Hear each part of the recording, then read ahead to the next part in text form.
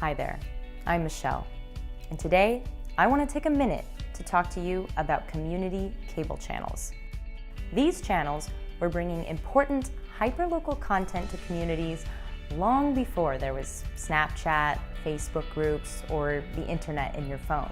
Communities in the internet age need a collection of hyperlocal resources that the community can access seamlessly. Local content should be easy to find, easy to watch, and easy to create. It's that simple. And we're having the conversation right here, using free webinars, live workshops, and articles from community media and nonprofit professionals. The PEG Experts Forum delves into topics that help those working in community media centers stay relevant and stay accessible.